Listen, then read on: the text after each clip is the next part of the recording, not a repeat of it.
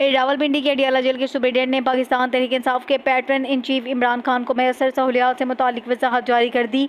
Press release के मुताबिक इमरान खान को जेल में कानून के तहत बी क्लास सहूलियात मैसर हैं। उनको खुराक, मुतालिया, कुतुब, अखबारात, वर्जिश और वॉक की सहूलत दी गई है। सुप्रीडेंट अडियाला जेल का कहना है कि इमरान खान के पास एक्साइज से साइकिल LED भी मैसर है। उनको दी गई सहूलियात दीगर बी क्लास के सीरान को मैसर नहीं। इमरान खान को अपना खाना तैयार करवाने के लिए बाकायदा कैदी बावर्ची फ्राहम किया गया है, जो उनकी ख्वाहिश के मुताबिक नाश्ता, दोपहर और शाम का खाना तैयार करता है। प्रेस रिलीज में बताया गया है कि इमरान खान ने जेल से अब तक 413 बार ट्विटर से ट्वीट करवाया। उन्हें ट्वीट से पार्टी वर्कर्स को सियासी सरगर्मियों पर हदायत दी। वो 2024 से अब तक 10 बैनुल अक़वामी मीडिया चैनल से अपने ख्यालात के इजहार कर चुके हैं। बानी पीटीआई जेल में समातों के दौरान सहाफ़ियों से बराह रास्त मुखातिब भी रहे।